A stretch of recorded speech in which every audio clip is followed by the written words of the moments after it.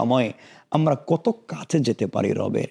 রব তো প্রত্যেকটা রাত, গভীর রাত্রে, প্রত্যেকটা রজনীতে আমাদের দরজার কাছাকাছি প্রথম আসমানে এসে আল্লাহ ডাক দিয়ে বলতেছেন, আলা মি মুস্তাগফিরিন ফাগফির আলা।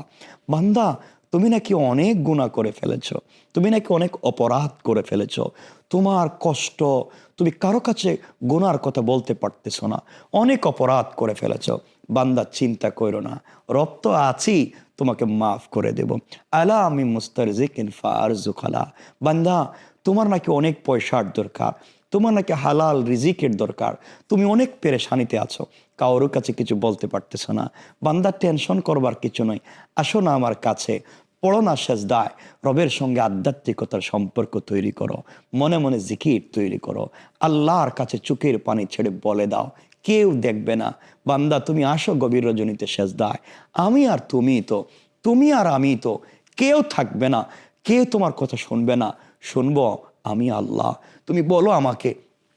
এইভাবে যদি আমরা আধ্যাত্মিকতার ছোঁয়া নিয়ে রবের কাছাকাছি পৌঁছে যেতে পারি এই পবিত্র রমাদানুল মুবারকে, আমার বিশ্বাস আমরা আমাদের জীবনের অপরাধ ক্ষমা করাতে পারবো, আল্লাহর কাছ থেকে হায়াতে বারাকা নিয়ে আসতে পারবো, আল্লাহর পক্ষ থেকে আমরা পবিত্র রিজিকের ব্যবস্থা করতে পারবো।